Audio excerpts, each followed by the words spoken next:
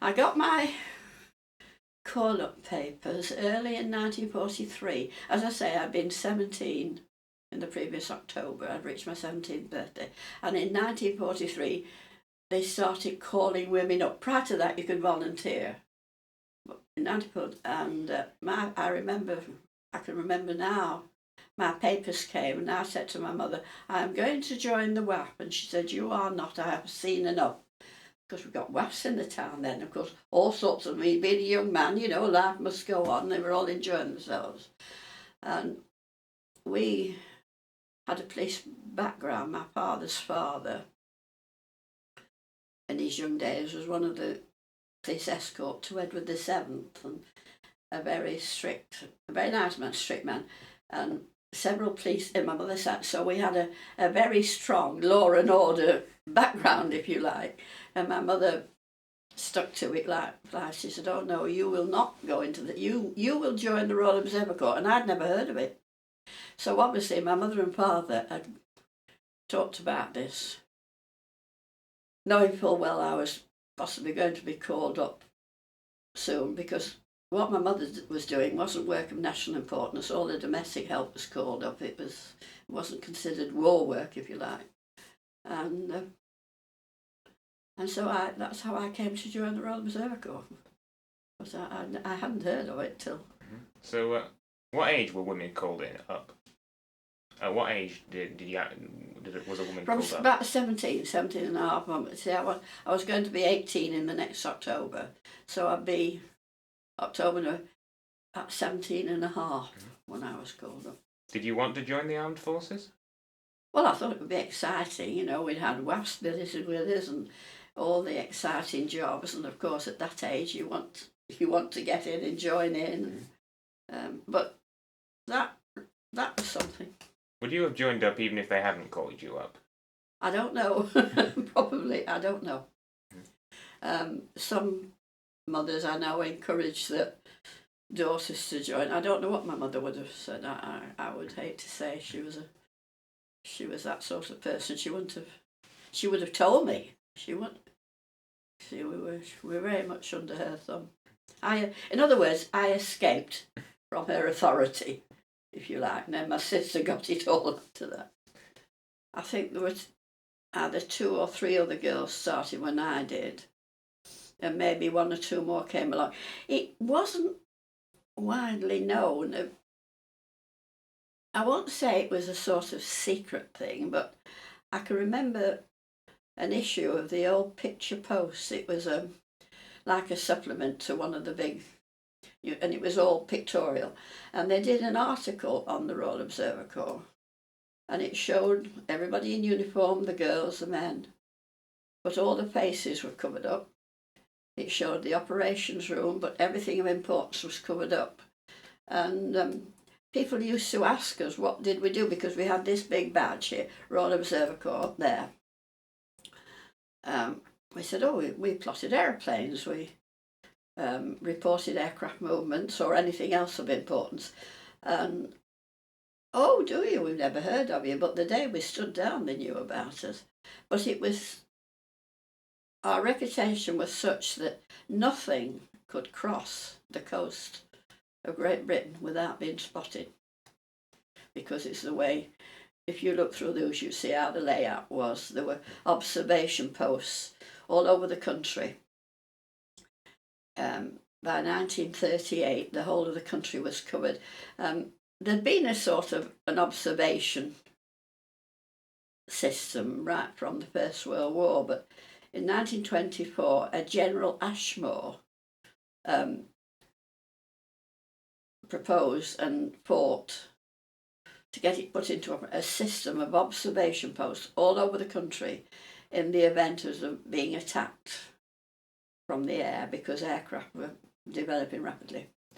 And they started with 2 in the southeast, Kent, which was the danger area, and they formed 2 groups down there. Maidstone was number 1 group, Horsham was number 2, with a central control operations room surrounded by, out in the country and towns, all these observations linked by telephone to report all these aircraft movements into this group ops room, which was linked to the next group ops room, and so on. It was like a big spider's web. It gradually expanded, and from there we were linked to the Royal Air Force flying operations room, and eventually linked up to Bentley Priory, Fighter Command headquarters.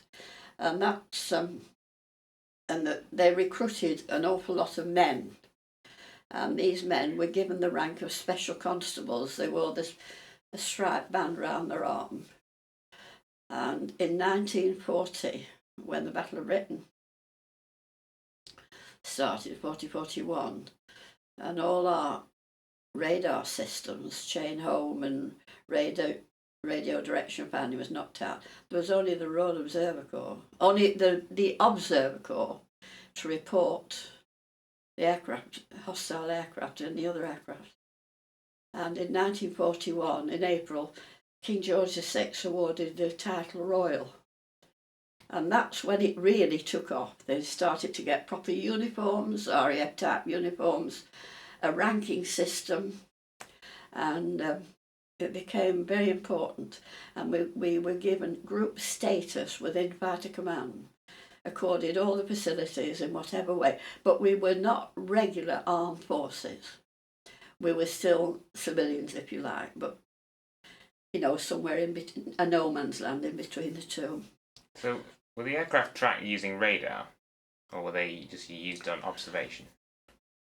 The aircraft didn't have radar. They had they had receivers, but the first radar, the RDF chain home.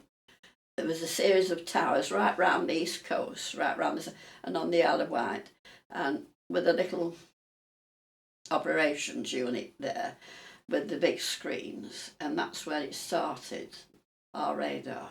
It didn't develop properly till after the war. It's like wireless telegraphy and radio telegraphy. We were still on wireless telegraphy after wartime, because I went into air traffic control, and it was a while before we got in civilian, air traffic, we got radio RT. So what I meant to say is that, did you track these planes using radar? They did, yes. They could pick up the blips, whereas we could track them by seeing them individually and saying exactly what they were. You see the difference. Ours was more visual, and on a screen it was just a blip. So many blips, or even if it was a big mass, they wouldn't know how many were in that blip. So you could tell whether they were bombers or fighters then? Not really, no. They needed a more visual. So the observers could tell whether it was a bomber or fighter. Oh yes, they prided themselves on their aircraft recognition. We all went through, you'll find it all in here, through our aircraft recognition training. It was all done on little white cards with silhouettes, and the post observers, and there were women on the post as well. Jack used to be on, priding themselves on their aircraft recognition capabilities. My sister's first husband was 16 when his father got him into the Observer Corps, because his father was an officer, and he was underage because you couldn't join till he was 17. But he was only one of 3 people in wartime to be awarded the coveted Spitfire for aircraft recognition. After the war, of course, it spread more rapidly, but they were red hot, the observers. Even hearing an engine, because it wasn't all done visually, it was done on sound as well, they could recognise. There's a man I've spoken to. He was an anti-aircraft gunner in the Blitz. He lives in Bear, just down the coast. He remembers how you could tell the difference between the Italian and the German planes, because the Italian planes weren't synchronised. Oh yeah, I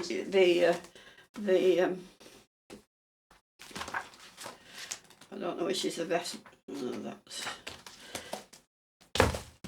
that's a tap warning there.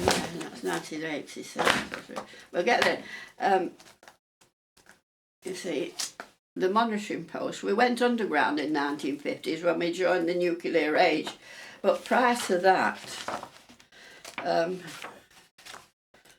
don't know how far back this goes. Jack's only brought it back to... See, there's a map of the areas for the Observer Corps. We're in Western area here, but...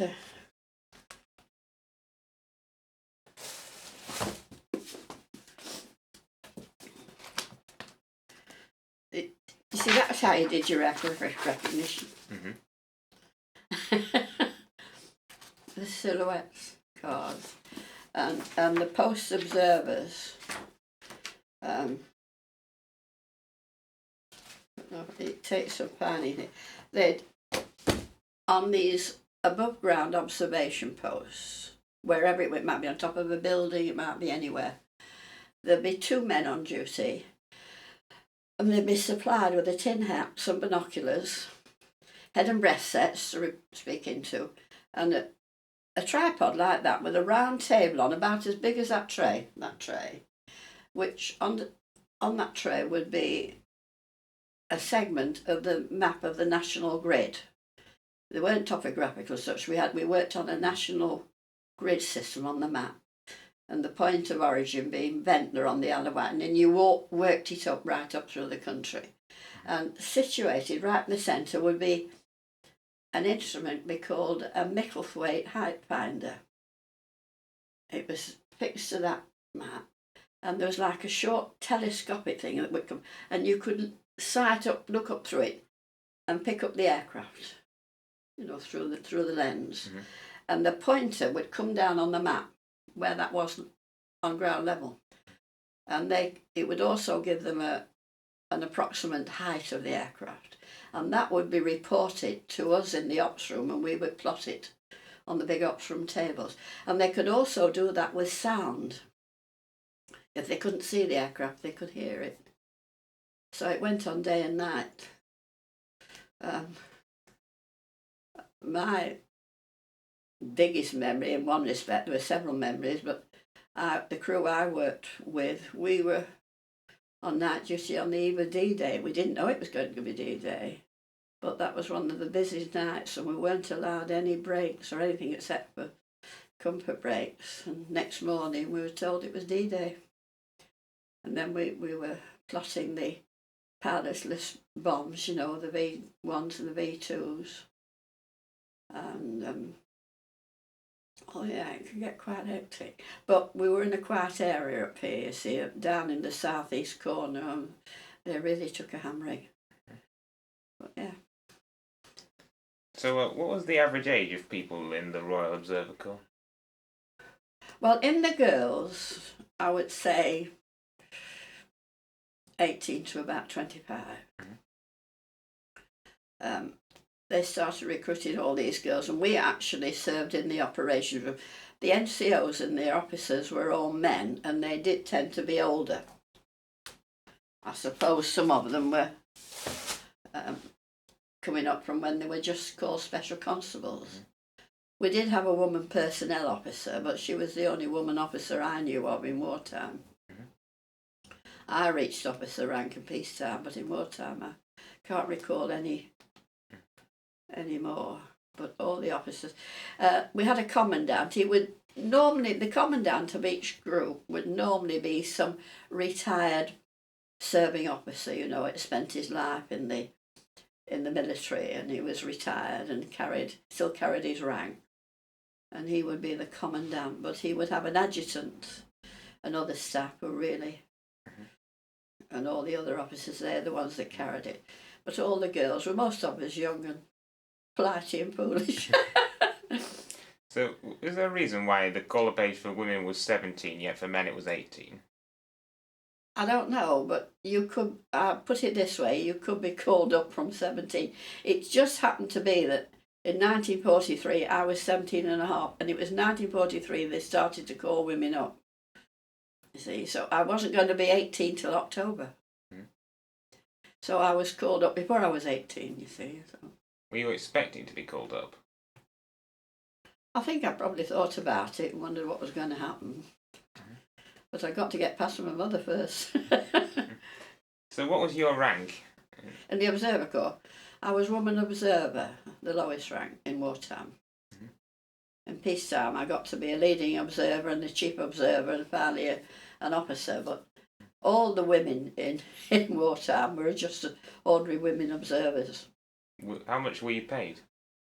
Oh, possibly about £3 a week. Seems to stick in my mind. And we were also awarded war credits that, at the service, after the war, we got some money called war credit. I think it was about £3 a week. Were the men paid more? I don't know. Well, being NCOs and officers, yes, they would be. At our rank, I don't know. So were all your officers male? Yeah, we just had a woman personnel officer per group. Yeah, all the other officers were male. So what was your specific role in I was an aircraft plotter, and we had tellers who you tell them tracks out, and a recorder. We had 3. Our ops room, we'd have a big main table, a long range board, that's giving all the surrounding groups all the tracks being told in. The RAF part of it. And then all the tracks to be told out, and a recorder who recorded all the tracks. We moved around, you know. So what was your everyday routine for a day at this workplace? Well, it would depend which watch hours. Whether I was working from 7 till 2 or 2 till 9 or 9 all night. At our ops room, we did 2 mornings, 2 afternoons and 2 night duties. You never had a day off as you think of a day off today. Your day off was when you came off your second night duty till the time you went to work the next day. You never had a day off from midnight to midnight. And we never did a Saturday night duty in our ops room. They had what we call the dog watch, the part-timers, the older people. And they worked every Saturday night duty. So we always started the system on the Sunday. And we took our leave in hours, so many hours, not so many days, so many hours. So, how were you treated at work? I mean, would you say you were treated fairly? Yeah. We were all cried when it stopped. Oh yeah, when we stood down, it was very sad.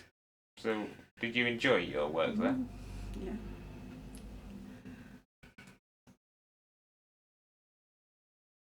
So, whereabouts were you stationed in this area? Well, first of all, I was stationed in Lancaster Castle.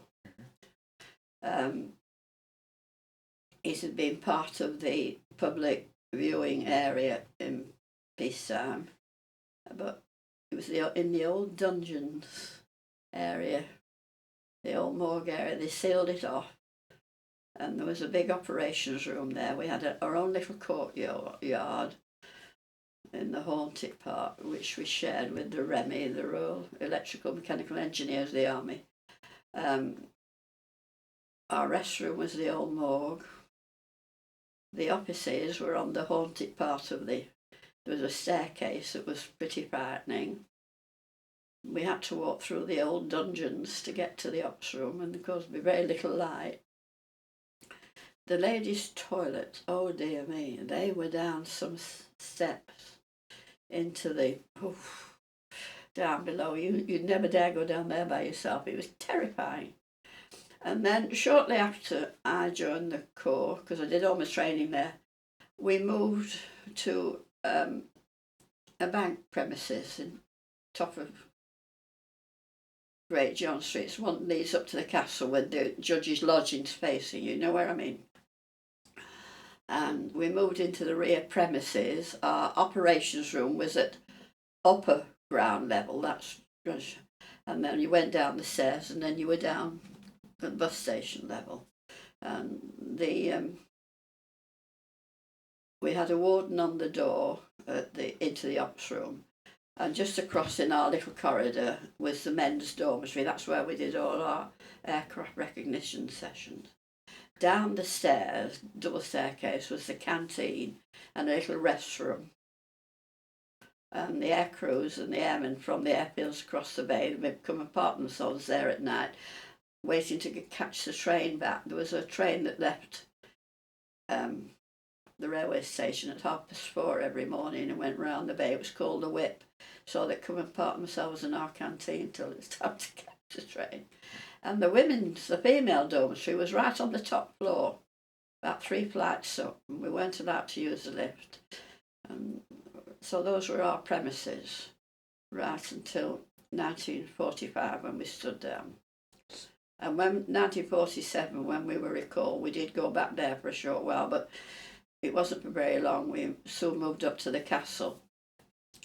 And not too long after that, the Lancaster Castle became part of Manchester Strangeways prison, and they moved a lot of prisoners in there, and we were still there.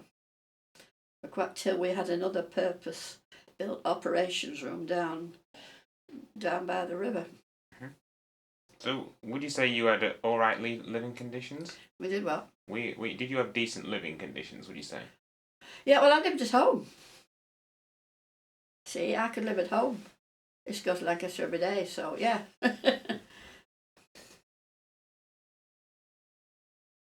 So, what kind of planes did you track? Did you only track German planes? No, we tracked everything. Planes? Oh, everything that flew. Like a penny for every Lancaster and every Spitfire, everything that flew we tracked. Is that just ones going through this area there? Is that just planes going through this area there? Is that only planes flying through this area that you tracked? Oh yeah, well you could only see, do your own. Anything that flew in your area. Also, anything, the system saved an awful lot of aircrew's lives, in as much that if they were lost or damaged, there were procedures that came into action. For instance, if an aircraft couldn't find its way home because its controls were damaged or navigation, there'd be a system, I forgot what it's called now, but where all the searchlight batteries in that area, they would set the searchlights in the direction of the nearest suitable landing place, and they'd go up and down, and they'd all point, so that aircraft would know he was trying to get them down. Also, on some of the observation posts there were little radio sets, and the code name was Darky, shortwave, and the men on the boat could speak directly to get them down, to get them safely home. And there's an awful lot of pilots used to publicly make their way, if they could, to the nearest ROC installation to thank them for getting them home safely. Yeah, but any incident at all would be observed. The observers on the post reported everything, crashed aircraft, any sighting. Nothing could be unobserved. It was always seen, you know. It really was an overall umbrella, if you like, from that point of view. So how big was the room you spent most of your time in? The operations room, I don't know quite how to explain this. About the size of this room, you say? That's me there. Oh, there we are. That was a peacetime version. There's the main plotting table, and that's me. This is the upper deck looking down the long range board, and that plotting table is under there. But that was at Preston and one of the RAF round station.